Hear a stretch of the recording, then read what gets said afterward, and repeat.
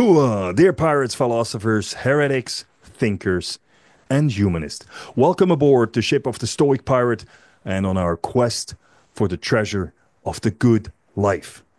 Today's show is in English because I have a guest from Atlanta, Georgia, from the United States. And my guest lived through something most of us couldn't imagine. You will hear about his story, an amazing story from Chancellor Jackson, who's my guest. He went as a teacher to China and got arrested, locked up 14 days in a Chinese jail. Just imagine how you would feel, a foreigner, a stranger in a strange land, locked up for 14 days. Chancellor Jackson went from college athlete to international teacher, then author, coach, and guide for aspiring writers. His story is raw, real, and incredibly inspiring. And today, just his new book came out, The Power of Becoming. And in this book, he's sharing lessons that turn adversity into transformation. So stay tuned for this conversation with a great guy, with Chancellor Jackson.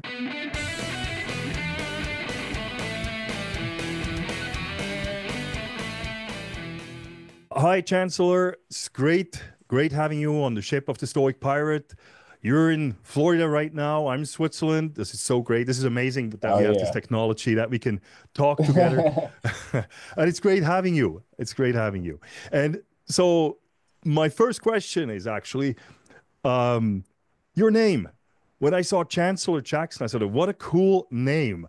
You know, it's like Chancellor, like emperor or colonel or king or something. What's the story behind your name? Ironically, my mama got Chancellor from a soap opera back in the days, The Young and the Restless. It was a character on there named Chancellor, and she just heard it, and she's like, "Oh yeah, I like that name." And that's where the name came from, ironically, but yes. Okay, and so you are you similar to the character of the show? No, not so. Actually, Chancellor in the show is a woman. Oh, Yeah, okay. so it's like exactly. So yeah, it's just she just loved the name though. So she Okay. So there's no big story behind it. It's like she just loved the name, and so she yeah, gave it she I to you. guess she was Yeah. watching the show. It was a fan of the show. She thought the character William said Chancellor. Chancellor. She's like, oh yeah, I like the Okay. name. Cool. Yeah, So you grew up in Smyrna. Smyrna is in Georgia. Smyrna. Yeah, Smyrna, Smyrna, which Georgia. is Yeah. yeah, which is I Google quick and to be honest, I love Georgia. I lived for like a year in Columbus, Okay. Georgia. Smyrna is like is what is it like 50,000 people living there, Yeah. about a little bit north of Atlanta. So it's like it's basically in the surroundings of Atlanta where you grew up. Yeah. So it's literally like I'm talking 10, 15 minutes to you know what I'm saying cross the Atlanta City line. Like yeah, we're literally like right there for sure. Okay. Yeah, we're right there. We're not too far from Atlanta. And so how was your childhood like in Smyrna? Childhood was great, honestly. The neighborhood I grew up in, it's been around since like the 50s. So it's a traditional neighborhood. A lot of families grew up there. It's a park in the center of the neighborhood. So it's a playground, you got basketball courts, tennis courts, it's a school. We had clinics back in the day. Like it was literally like a whole community and a lot of kids. So and we got a whole playground. You know what I'm saying? Basketball courts, everything. So yeah, childhood was man, what? Childhood was fun. Yeah, I couldn't ask for a better childhood. You know what I'm saying? Yeah. We had it was lovely, definitely. Yeah. And you played a lot of sports? You played football mainly, I think. Well, yeah, football mainly. But we didn't start actually playing like football until middle school. So I was in eighth grade when I started playing. So I had a late start because everybody else been playing since they was 4 and 5 years old. I had a bit of catching up to do to get up to speed. I mean, just learn the knowledge of the game entirely though, because all I knew before was just, hey, catch, run. That's all I knew. So, yeah. But you were quite successful. I think you played also in college, and I think now you're a coach, right? Yeah. So yeah, it's crazy. I earned the opportunity to play at the college level down at Stetson University down here in Florida. All right. So uh, yeah, I played all 4 years at Stetson, and now I coach high school football currently. Yeah. What did you learn? How did football and sports in general, how did that influence the way you are nowadays? Um, well, I just football has a lot of similarities to life. Honestly, you can and just any sport you play, it's a lot of lessons that you will learn playing whatever sport it is that you can apply to life in some form or facet. Um, Football for me is just helped develop a work ethic, uh, learn discipline, being able to be coachable, being a team player, um, leading, and hold myself accountable as well as those around me accountable. Yeah, it's been a lot of attributes that I've acquired from playing the sport that I apply to life today. Yeah. And when we talk about life lessons, one of the biggest life lessons you learned was in China. So Yeah. before we go into that, you decided after college to go to China. So tell me about it. How comes? What was the idea? Why did you want to go to China as a? How old were Well, you? ironically, after my last game of my career came to an end, I immediately started applying for jobs. And I was applying for corporate positions mainly. And I'm talking about I went through 8 months of applying for jobs, landing interviews, getting flown out for some interviews, driving to some interviews, getting put up in hotel, the whole nine. But I kept getting told no, time and time again. I was like, okay, I got to reapproach this job searching thing because I've been at this for months. I haven't had any success yet. Corporate might not be for you. Like clearly, let's try something else. Let's look at something else. What are you good at doing? Talking to people, working with people. You're a people's person. So let's try to look for opportunities that are geared towards that. So one day, just job searching, I saw a tab that I never noticed before, and it said international. I was like, man, why haven't I thought to look outside of the U.S. for opportunities? The world is huge. I'm limiting myself. Let's see what's going on in the world. And that's when I say, oh, teach English to kids in China. I'm like, okay. I applied, went through the interview process, and they was like, we want to move forward with you as a candidate. So after 8 months of applying for jobs and being told no, the first job to tell me yes, it's on the other side of the world. Hey, this ain't no ifs, ands, or buts about it. This is exactly what we finna do. So you went to China, but you didn't know Mm-hmm. the language, no? You didn't know Well, I took it Chinese. upon myself to learn a little bit of the language because I had like a 3 month process after I Yeah. accepted the position. Because it takes a visa, your work visa for Yep. China is a 3 month long process. So within that time, I was like, I'm gonna start learning a little bit of the language. Started getting my certification and teaching English as a foreign language. Yep. So I knew a little bit. I ain't know I couldn't have a full in depth conversation with you, but I knew just enough to get around. You know what I'm saying, and work my one for sure. Okay. So you went to China as an English teacher, Mm-hmm. correct? As a So foreign teaching English as a foreign language. as a foreign language at a school for kids or for adults or I was working with kids, so I was working with okay. kids as young as 3 years old, all the way up to like 12. But I was mainly working with the elementary school age range, kindergarten, fifth grade. Okay. So when you arrived in China, like after this 3 months process, you arrive in China. I mean, you had some expectations. So what was the first were there any surprises? Were there something that you said like, wow, that I didn't expect that way? How was it? Like that first time you stepped. Um, the first day was pretty lit. We landed. That's when I met other dudes. So I came in with like a recruiting class almost. So like I wasn't the only one that was brought on the time I came in. It was like 28 of us. But I met a few of them in the airport as we was going through customs. And then of course we realized we was all with the same company. So we just talking and we went to the hotel. They put us up in the hotel for 2 weeks. as while we went through our training process, and we had to find our apartment at the same time. So it was a busy 2 weeks. But honestly, bro, I was just living in the moment. Like I was just Okay. living in the moment. It honestly ain't dawned on me that I was in China until like day 5 in. Yeah, and that's because me and one of my recruit mates was just hanging out, and we was drinking, and she had left, and then I was just sitting back, and it just everything just hit me. It just really just weighed. I was like, man, I'm really on the other side of the world. Like I'm looking at my map location. I'm like, bro, I am far from everything. Like this is real. This is legit. I'm actually out here. But it's like, hey, I'm excited though. You know what I'm saying? It was overall the entire experience was it was pleasurable. It Yeah. was the best experience I've ever had in my entire life. So no cultural shock? I mean, just the way there's just certain things that they do that are different. Like one that sticks out the most is hygiene is different. So, you know what I'm saying?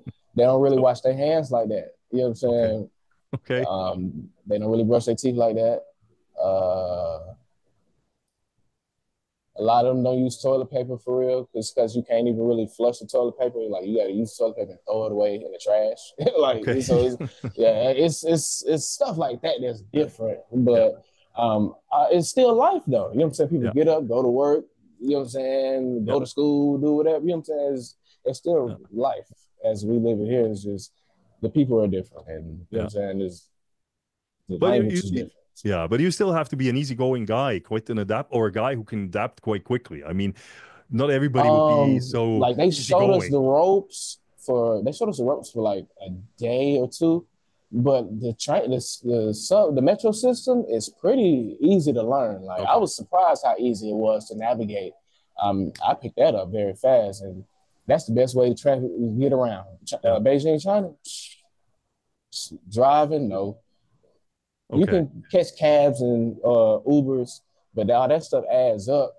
And the train is fast. It's always a train moving. I'm talking about Yeah. you probably might have to wait like 30 seconds. Like it's crazy. They're always on the go, but they're not 24 hours. That's the only thing. If they was 24 hours, that'd be even more lit. But they stop at Oh, like 10, 11 p.m. depending on okay. station. But yeah, Yeah. so it was easy to navigate around. Yeah, I have it. And then you can also use Google Maps, so you can still, or Apple Maps, so you can Yeah. still navigate. Yeah, getting around wasn't the issue. Okay. So everything went quite well. You were excited and everything, but let's talk about the big story now, because not everything went perfect. So tell me what happened. Tell me what happened. That is something I don't think nobody would really like to experience that. So it's April 4th, 2019. It's a day off for me. I'm finna get ready to head to an event, meet some friends you know what I'm saying, enjoy ourselves. So before I left the apartment, of course, showered, got dressed. I was pre-gaming. So I'm just drinking the little Chinese wine cooler, smoking some cannabis, get done, make sure I got everything I need before I walk in the house. And I hear a knock at the door. I looked at the people, and there was still 3 officers from the Beijing police. So, you know what I'm saying? So I put everything up, you know what I'm saying, open the door. They come in, ask me questions about drugs. I'm just playing a fool like I don't know what they're talking about. And then they drug test me right there on the spot. So yeah, it was over with after that. I was like, okay.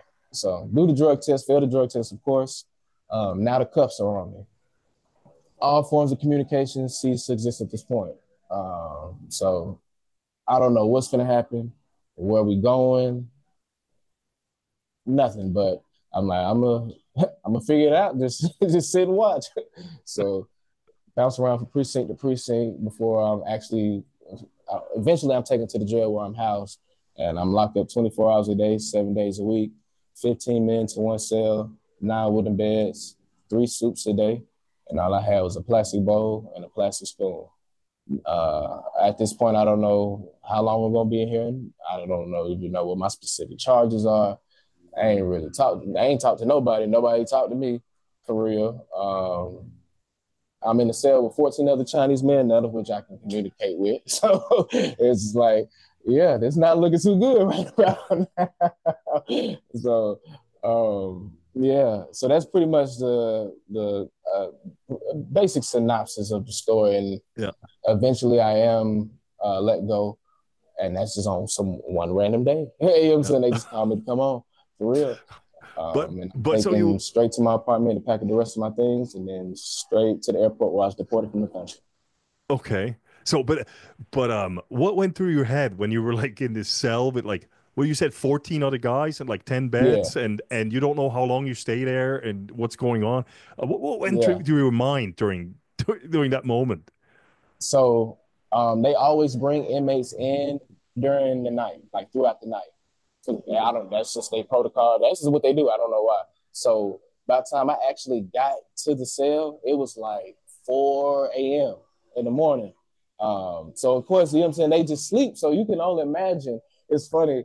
I describe it in the book because the CO opens the door, and like all I just see is just like a huddle of bodies sleeping together. It reminded me of like back in the day when we was kids, we had like little sleepovers and stuff, but everybody just snuggled up together.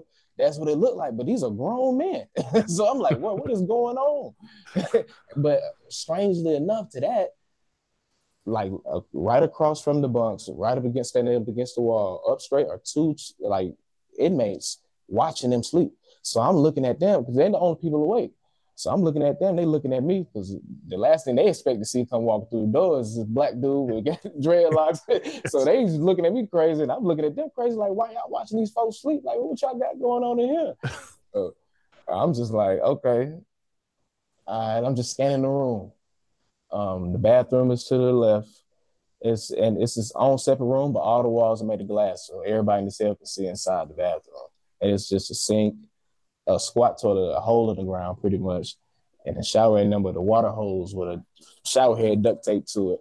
Um, so I take a few more steps in. I just approach where the bunks start, and I'm just trying to find a spot to lay down. And one of the dudes that's standing against the wall, like, wake two people up, tell them to move, and they make room for me. So I'm like, I bet. So I just lay down. So, I just got my hands on my chest like this, laying on my back, just staring at the bright wall, a bright light on the ceiling. I was like, man, this is real. This is true. I'm like, this is real. Like, I'm really in here, and I don't know how long I'm gonna be here. I don't know what's going on whatsoever. And I'm like, don't know. I'm pretty sure don't nobody know I'm here. So I'm like, man, this is crazy, but so thankful. Well, go ahead. yeah, so what was the worst thing that happened in this 14 days you were ending up in this prison? Like was there something really bad? You were like, "Oh my God." Just you just say you've been arrested and confined in a room that you don't leave, and you don't know how long you're gonna be there. That's just like every day is nerve wracking because it's like day goes by, day goes by, day goes by. And it's like you ain't learned, you don't know how this thing, you don't know what's going on. So it's like, man, just that anxiety of when it will like, okay, when is my time coming? And then it's like, man, you just got to sit back and wait. The ultimate test of patience.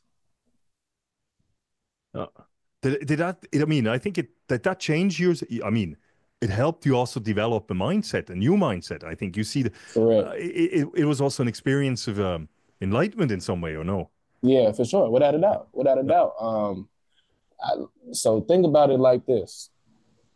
Everybody has a lot of things that they have going on in their lives to the point where you don't really get enough time to just sit back and reflect. You might have time to reflect at some point of the day, and you might only reflect for what, a few minutes. Yeah, you know what I'm saying, depending on how much time you got or you're devoting to it.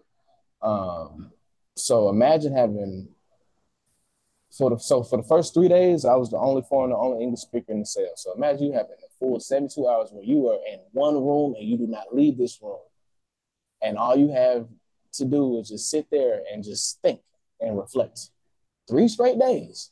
Man, that amount of solitude, for sure. That'll change anybody. That'll change anybody. Depending on the type of mindset you have. You know what I'm saying? Me, I always look at the brighter side of everything, and try to gather an understanding of what has taken place and what can we do to move forward? You know what I'm saying? So, um, yeah. So after the on day 4, that's when I moved to a new cell, and I'm amongst other English speakers, just 2 of them. So now it's just a whole now it shifted the vibe because now okay now I can communicate with somebody. One, I'm happy, but it's like okay through them I can learn. I'm learning how the jail operates, what's the process to the system. Like they've, I learned that they know everything. Everybody has been explained, has been given their information to the fullest detail. They know how everything works. Me on the other hand, nothing was said to me. So it's like, okay, I'm still learning how this place operates, but I don't know how long I'm gonna be here still. So it's still nerve wracking even then. So yeah, it's trial of the mind, the test of resolve of the soul. That's all No, it is.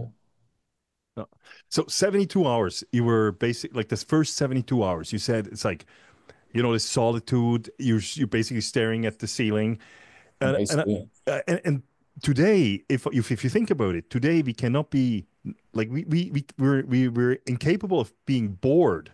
I mean, as human beings, we always have our phones. We cannot be 1 second without being entertained.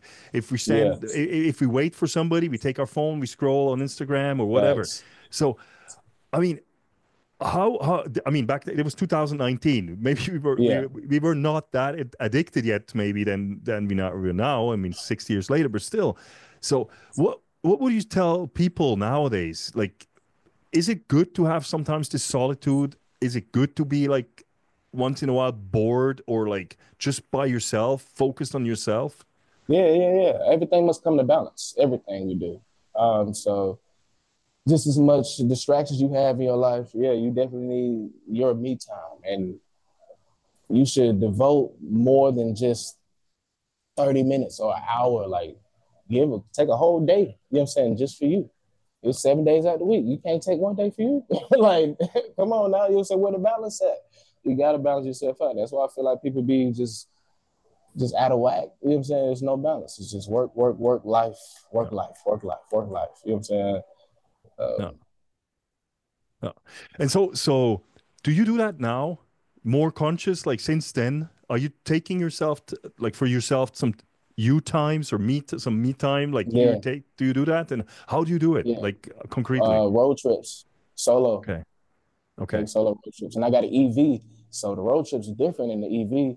Because it ain't like I'm finna stop at this gas station, pump this gas, use the restroom, grab some snacks, and I'm back on the road 5 minutes later. Nah. You know what I'm saying? You gotta sit there and charge the car. So that Right. takes An 20 hour. minutes, 30 minutes. Yeah. You know what I'm saying? So yeah, you gotta do that at least, man. You're gonna have to do that at least twice.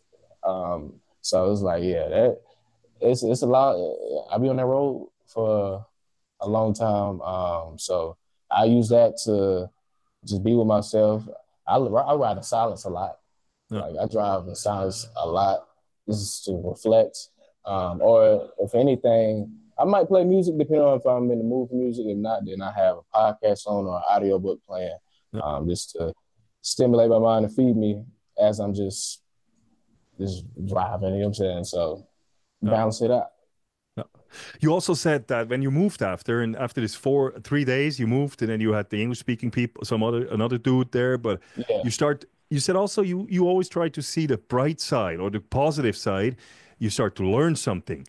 This is very much like a Stoic philosophy of amor fati, where you embrace your fate. Like where you not only accept what happens to you, you try to bring to take the best out of it. Is that also Thanks. something you learned during this experience, or were you already like that, or did it reinforce you to see the world Yeah, like this? it just reinforced because I've been in well, I've just faced adversity when it came to football, trying to Yeah, earn a starting position on varsity. That was a process, but I made it happen. Trying to find a school to play college ball at, that was a process. I made that happen. Trying to find a job after football after college, that was a process, but I made that happen. You know what I'm saying? So it's like it's just reinforcement. It's like for sure. We've been down before. Now we ain't been down this low, but we've been down before. But hey, man, yeah. hey, So were there other lessons you learned like in prison, like you for this 14 days, in this 14 days that changed you? It definitely, yeah, for sure. It was a huge impact, huge impact. But I knew the whole experience of China because I was supposed to do a year. That's how long my contract was. So I was like, man, after a year in China, bro, ain't no telling what life is going to be like for me. Like, just I know it's going to be impactful. I know it is. But I knew it was going to be impactful. I didn't know it was going to play out the way that it did, but you know what I'm saying? It still did what it needed to do. And it just sparked a whole different fire to just find my purpose. Yeah. Now, come on. One thing I just still have to ask: cannabis in China. I mean, Yeah, isn't that a little bit risky? I don't say stupid, yeah, but no, shit. You call it a spade a yeah, spade. Yeah, I mean, yeah, it's like, that's what were you thinking? Like, I don't think China is really known for being I was yeah, I was moving like an American in a communist country. yeah, That's basically what I was like. I'm hey, I'm from Atlanta, bro. I'm finna move how I want to move. I'm finna show you how to do it. I was doing what moving like an American. yeah. That's literally what American. I'm come over here, kick my feet up, do what I want to do. You know, it's just doing some American stuff. That's all it was. Foolish, foolish And, for sure. and how did you get the cannabis? Is it easy in China to get, or See, that's what I wasn't even. My mind wasn't nowhere near focused on that. You know what I'm saying? So I didn't even think it was gonna be feasible or even possible to even come across it just because I'm like, it's China. It's like you can't even get on Google on your phone without using the VPN. So it's like, bro, I'm like, I didn't even think nothing of it. But lo and behold, it was a lot, it was accessible for sure. it It was was accessible? accessible. So Yeah, it yeah, was. okay. So you wrote a book after about your experience. It's called 14 Days in Beijing. Mm-hmm. I think it was quite successful. I think, Yeah, as oh I read, yeah. Yeah, it's yeah, yeah, yeah. you people can download it if ever you go on Amazon or on Kindle. You can download it. Yeah, Is it for it's on free? I think Amazon. I no. got audio book Yeah, of it, not the entire book, but I got but like half of the book in Audible on YouTube, yeah, SoundCloud, Spotify, Apple Podcasts, and Anchor. yeah. You can Yeah, I listen to saw it it from there. on YouTube. You have it also like the first part. I think about half an hour of the book you have on YouTube. You can listen to it, and people could go and buy it on Amazon or something. How did the book help you? Like, was it like something like that you needed to do because it was kind of like traumatizing, or was it just something? Hey, that's a great story. I want to go tell that story. Yeah, I mean, I knew I wanted to do something with the story. I just ain't know what. You know what I'm saying? And it wasn't until I was hanging with one of my good friends, DeMarco Reddins. He was a traditionally published author before we graduated high school in 2014. So he was the one who was like, "Hey, bro, you ain't think about writing a book about the experience?" I was like, "That's a good idea." I don't even know where to start, but that's a good idea. And he took it even further. Took my phone, went to my note section, and left me a little outline. And I just started filling in the outline. And when we were doing that, I caught a fluff of how I wanted to write the story. And I moved it to a Google Doc then and to finish typing it up. And 4 months later, I was done writing it and then spent the next 6 months just getting it polished up and ready for publishing. So now we come basically to what you do in as for a living, because that's what you do now. You coach other people to Yep. write their book. So you had a mentor, as I understood just before, who told you, "Hey, come and write the book." You did it, and 4 months. It took you 4 months, and now that's what you do. You help people publish their books or write their books, and because and it's true, there's so many people out there who say, "Oh, my dream would be to write a book," but they don't know how to start. They don't know where to start. So that's what you do as a job. So describe me a little bit. What exactly? How does that look like? How do you help people? Yeah. So essentially, because once 14 Days had a success, I was getting people's asking me about the writing and publishing process left and right. And it was surprising me how many people actually had aspirations to do that. Uh, I'm like, this was just an idea that was given to me. And I just, man, stepped to the plate and I hit a home run on my first time. It was like, can't make this up. Um, so it really wasn't as, I guess, fulfilling, I would say, just because it wasn't something that I desired to do. It was just something that I did. So, but to see how many people actually desire to do it and thought it was just this complex thing, I was like, yeah, I'm crazy. Like it was an idea I was given, and I just learned as I went. And it's a lot simpler than you think. So I worked with countless people. Yeah. I've only had two actually start and finish and see it all the way through, and like took my formula how I like to set my stuff up and publish it. Both of their books were number one. Okay. So that let me know right then and there. I was like, okay, you done it for yourself, and not only yourself, you did it for two completely different people. On top of that, one Yeah. of them, first author Anthony McKinney, he's like in his 30s, and the other author is Tanisha Sadler. At that time, she published her book. She was 15 years old, still in high school. Hers went crazy. She was number one for like 9 straight days. Like, Wow. yeah, she went. Yeah, hers went crazy. So it was like, okay, but you know what you're doing. You got you a little formula. So it's like, yeah, we can got to just continue to try to capitalize off it. You got proof that the system works, so you got to continue to just put it out there. No. But so you said there's you work with lots of people. They come to you and you realize that there's a lot of people who aspire to write a book. What is the biggest hurdle you think that people face or that they're afraid of? Why they don't Themselves, themselves? themselves, They don't believe in themselves. it or Apply yourself to supply your wealth. The only limitations that we shall have are those that we place upon ourselves. People get in their own way. It's literally like I'm talking about the story. The story's written. It's been wrote. We can edit and everything. What are we doing? What's the hold up? Well, we're like we got past one of the difficult parts. Setting it up, that's the funnest part right there. So like, why we stop right here? Why? You know what I'm saying? But it's like, hey, it is what it is. People, people say they want to do it, but I can't want it more than you. I no. can't want it more than you. I'm right along with you the entire way. Like I'm right here with you. Steady push you, steady like, come on, but it's like I can't force you to drink. No. So it's like, So how does your coaching process looks like? You said you're with them. You cannot do it for them, that's for sure, but you're with them. But how does the yeah, coaching but like I'm process with look them every like? step of the way because for the most part, unless they live in Georgia, then of course then we can at least in the Metro Atlanta area. Then you know what I'm saying we can. But even then, schedules be different. So it's just like we doing right here. We can pick Yeah. up the FaceTime, we can Zoom, whatever. And we share the document that we're writing, some of your book is on. So I'm literally as I'm editing it or you're correcting the revisions or as you're writing it, I'm right behind you editing it. Or you're saying I already edited this whole thing. Now you got to go back and make the revisions. You know what I'm saying? It's just see if you like the revisions or whatever. Um, but I'll be on it. I'm on it. I'm right Okay. behind you. So it's like this can happen as fast as you want it to happen. Yeah. Yeah.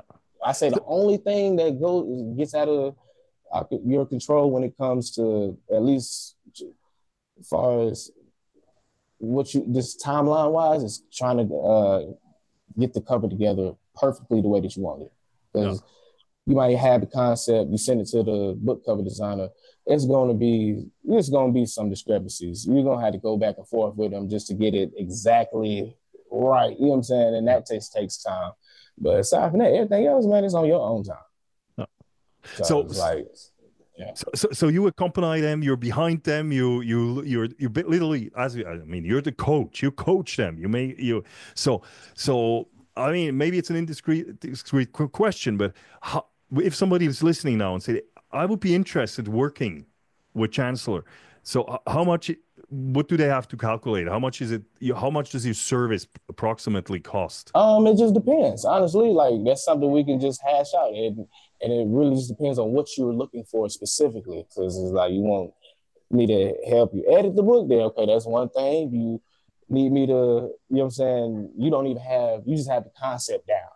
Yeah. Like you ain't got nothing written down, but you got the concept for the book. Okay, so we really just got to create the entire thing there. Okay, that's different. Yeah, so it just really just depends. Different.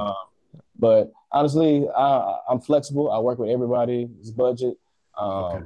So it's just a discussion we'll have to have. And I ain't going to ask for nothing crazy. I don't do none of that. And you own, most importantly, that's the thing about Collate Publications LLC. We are a company that produces self-published authors. So it's like you just go through us to guide you through the process. But once it's all said and done, you own yes, your book. Okay. You own everything, and we don't want nothing about no royalties, none of that. That's all you. You know what I'm saying? Yeah. You're just coming through us for the service to get to that point. Okay. So So, so if somebody comes to you with the idea, let's say somebody comes to you, he has an idea in his head, he tells you his concept, then you coach him to until the end where the book is published. Like you help him publishing it also on like mm, Amazon, because I mean that's all like this. There's all these little things that are sometimes maybe scaring people when you go like, oh, yeah, how do I have to do that to push it on facts. Yeah, Kindle definitely. and all that stuff. So you help them from A to Z, basically. All the way to the end, like setting it up Okay. on Amazon. You know what I'm saying? The keywords. I got a program to help find great keywords for your genre. Um, the Kindle Create, make sure the manuscript is perfect for Yeah. Amazon, and it's just that, and that's just Amazon. You Yeah. also got it is so many other platforms out there that you can publish your book on, and there's one platform in particular that is just one stop shop. You just submit your manuscript and book cover through there, and it'll publish your book and distribute it to every major online bookstore there is. Okay. So it's like it's so many different tools. Like it's crazy. Technology Okay. has changed the game as it's been doing since you know what I'm saying it got started. Yeah. This internet though is empowered everybody. Yeah. Life can be whatever it is that you are pursuing. It can be as big as you want to make it and go as far as you want to take it. So if somebody like is listening right now, they say, I want to contact Chancellor Jackson, where shall the person go? The best search engine we got, Google.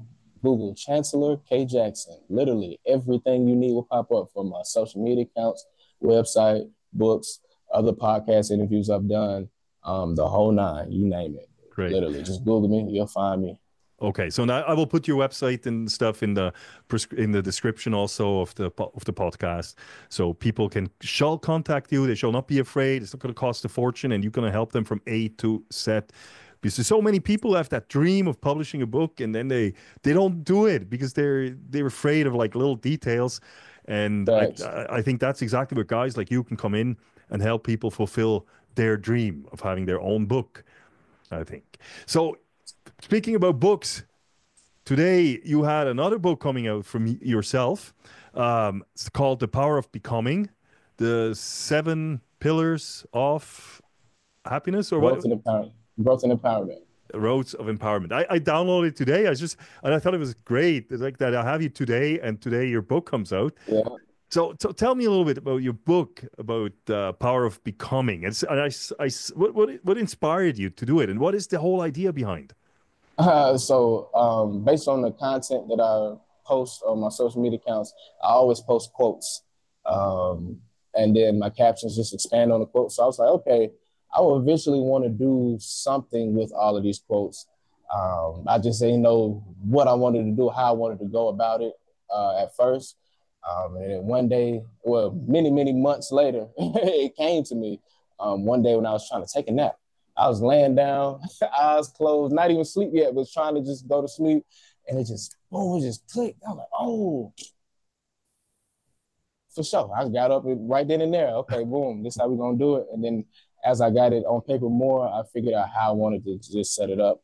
Um, but pretty much it's a self help book, but not just your typical motivational read. You know what I'm saying? It's a personal roadmap to wholeness, centered around seven core themes: love, discernment, happiness, success, adversity, healing, and confidence. And through these pages of different quotes and insights, you'll learn how to break free from limiting beliefs, nurture healthier relationships, build an unshakable sense of self worth, um, re-evolutionize your happiness, amplify your confidence, and it'll help you guide you through adversity as well. So I'm excited to see how it does. Well, it's already charting right now. So right now Great. we hit two top new seller in two different genres so far. So yeah, just continue to keep the foot on the gas. So That's Yeah, y'all cool. go get your copies for sure. Only 99 cent ebooks, 99 That, cent ebooks. Can't beat that's the that. thing. I saw it's 99 cents. So really go on your ebook, on your Kindle or something, download it. It's 99 cents. It's really not much. And it has some great advice. And as you said, the seven pillars. You call it the seven books within the books.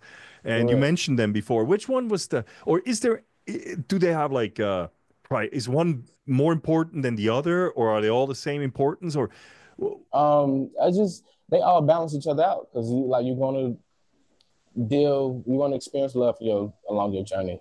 You're gonna be faced with decisions. You're gonna have to make a lot of different decisions along your journey. And your discernment is pivotal for I'm saying the longevity. You're gonna have success. You're gonna face adversity. You're gonna have to heal. And through all of that, I'm saying, you build confidence. So it's they all are it's like the chakras. Like you need all of them. But I say the book of discernment is the longest. I would say that just because I'm saying that's the most you're gonna experience that one the most. okay. Everything in life you do is based on a decision. So making the best decisions is key. Uh, So we were talking about healing. There's so many people. I have the feeling nowadays they suffer from anxiety or they suffer from Mm-hmm. a lack of self-confidence. And all that stuff. Um, what would be like that one um, thing you would tell people like to do to heal if they need to heal? Like that one thing. If you Um, have one thing you could give them. well, once you get tired of your own BS, once you get tired of your own BS, that's when real change will occur. Once you get fed up with yourself, that's when Yeah, change will occur. So whenever that point comes, you know what I'm saying, you'll make the changes you want to see. Um, and it's just nurturing yourself. All the energy you put towards everybody else or things that don't benefit you, shift yeah, it towards yourself. Put all the energy towards you. Um, and it's gonna be a process. I'm not saying it's gonna be easy, for sure. Everything's a process, but small steps, small steps. Nurture yourself, eat better, yeah, exercise. You know what I'm saying? It's little things. yeah, Feed your brain. Y'all feed their brain with all this BS on social media. You sitting there thumbing through Instagram and TikTok, worrying about whatever celebrity sleeping with other celebrity. Like that ain't feeding you or benefit you whatsoever. Them folks not even worried about you. Feed yeah, your feed your mind some substance. yeah, Um, travel, yeah, travel for sure. Solitude, spend time alone. Um, yeah, it's just little things, yeah, little things. Write things out, goals, yeah, affirmations. You know what I'm saying? So it's little things. yeah. So for who is the book? Like, what is your target audience, you would say? I mean, it's for everyone. I know I looked Yeah, into it. I mean, I didn't read it yet, but it's like I think it's for everyone. But is there somebody you had in mind when you were writing the book?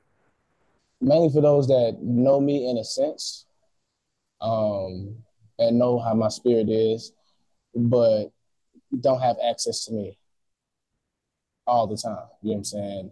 And the more I continue to market myself and the world gets to know me, you'll get that vibe. You know what I'm saying? It'll develop to that as well. So it's like this book is a piece of me um, when I'm not there. So, and with it being a self help, so I'm really aiming to a whole different. Well, I'm carrying over, you know what I'm saying, the genre that I already done swept with the dramas and the romances and all of that. So now, okay, I'm taking them over. Let's go over here. You know what I'm saying? We got entertained. Let's get some substance now. So just crossing over those two genres and just picking up on the new ones in the self help world. That's a whole nother lane. So, and you just get to a sense of my vibe and my spirit, most importantly, just through Yeah, my works. The new ones that have come, that read how I become. Like, okay, man, who is this dude? Let me see. Oh, he done went through this. Oh, okay, man. So it's just like, okay, that's crazy. I would have never guessed. That's a full circle moment right there. So yeah, that's all yeah. it is, man. So what would you say would you like to spark in the people who read the book? What is the what would you like that they change in their life, or the spark you want to gift them with? To take what you need to take away and apply it to your life the way that you see fit. I believe there's no right or wrong way of living life because the world is so big, and every sector of this globe that you may touch or experience or see is going to be drastically different everywhere you go. Life is lived drastically different across the globe. And with all these different lifestyles, these different cultures, different ethnicities, I don't see how anybody can say, yes, this is how you're supposed to live life. You're not supposed to do this. How can you say that? Like, man, we can go someplace across the globe and what we talking about, that's not even a thought. Like, what are we like? So it's no right or wrong way to live life. You live your life the way you see fit. Yeah. And there's tools and there's resources out there to help guide you through the maze. Um, so it's a bit ultimately it's up to you and how much willingness you got to seek out the information and make the changes you need to make. Yeah. So So it's basically a call to openness and having an open mind, being curious, and yeah, be open for other cultures, for other people, for other way of lives, and be also a little bit self-critical and don't think like I'm just only my way is the right way. It's just like being open-minded, looking at other people, also how they live, and and see everything also in a kind of like positive way, and try to do best with what we have. Is that kind of like what you want to, what do you think? it's powerful, bro. It's beautiful, honestly, bro. It's a beautiful thing. Um, yeah, I believe it's gonna be everything that people need to hear whenever it is their time to receive it. It's all alignment. Honestly, I feel like it's all alignment. It's all divine timing. And today is also another honorable day because this time last year I lost my mom.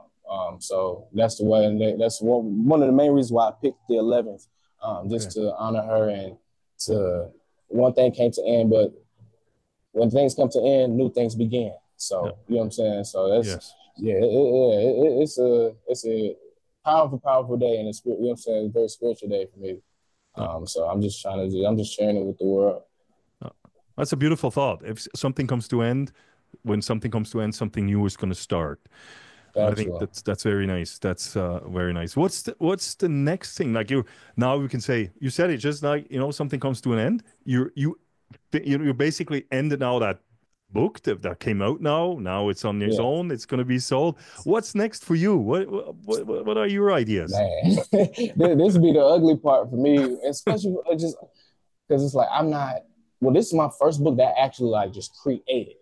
So this is a first for me. So I'm pretty sure if I did it once, I'd do it again. But the other books are just I'm just telling stories.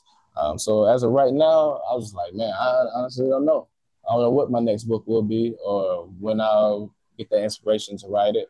But with the book already being out and it's already having success, the next thing really is the most important aspect of publishing books is self-publishing at that, but marketing. If you write a book, you publish it. If you just wanted to do it just to say you did it and you don't care what type of response you receive, okay, for sure.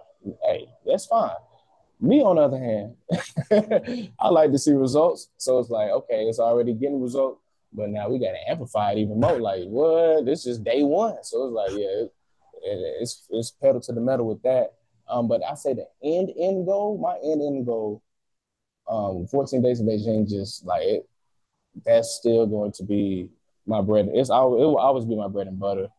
Even like when I hit up people for the interviews, they don't really be too enthusiastic about the crowd becoming. But that 14 days in Beijing, they That's eat it up. So and it just registers with the people in the audience. So I would love to turn that into like a film or TV show series or animation with something like I would love to create that into some type of motion picture. uh, That's the end goal. uh, Yeah, that's the thing. It's the power of a good story, and the 14 days in Beijing is a great story. And I think what I like also, just the idea, sometimes stuff happens to us that in the moment we think like, oh my God, this is freaking bad. But at the Yeah, end, it's a great story to tell. And facts. if you think about it, how boring would be a life if you never had a story to tell? And you're not going to tell the story Yeah, about what happened at work in the office. There's nothing going to happen, but it's this surprises, these things that shake us up that are the real stories. And I think that's what sometimes, like, even if something is bullshit that happens to us, at the end we can turn it into a good story that we can tell. factual. And you had this great story, Factual. which is almost an opportunity, like if you think about it, like now this 14 days Yeah, in jail, it's a chance. It's maybe you rewrote a book. Maybe you're gonna make a movie about it. What and so on. So at the end, it was a blessing what happened to you. And I think that's what we should see also in general in life. Everything that facts. happens to us is in some way it is a blessing if we make something out of it. Correct. Correct. That's the Correct. thing. So thank you very much, Chancellor, for being on my show. Is there anything you would like to say, something that we didn't touch, that you would mention to my listeners? Um, yeah, I just want to leave y'all with a quote before we close out. I'm big on quotes, but it's by Nipsey Hussle. And the quote is long-winded, running through this life like it was mine. Never settling, but setting every goal high. 1,000 burpees on the path to my own self-destruction or success. But what is a mistake without the lesson? You see, the best teacher in life is your own experience, and none of us know who we are until we fail. They say every person is defined by their reactions to any given situation. Well, who would you want to define you? Someone else or yourself? Whatever you choose to do, homie, just give your heart to it and stay strong. Amen. Hey, that's very strong, brother. That was great. Thank you very much for being on my show. Thank you for Hey, sharing man, I your appreciate you, stories. man, for Thank you very sure. much. And yeah, maybe we can, if ever you come out with a next book or something, or you have another Oh, story, yeah, for sure. Round I'll two. invite you again. Yeah, round two. Thank you. Hey, take care and All right, have a good family. time. God Peace. bless Yeah. and all the best. Thank you for listening to the podcast of the Stoic Pirate. Come back again to our quest for the treasure of the good life.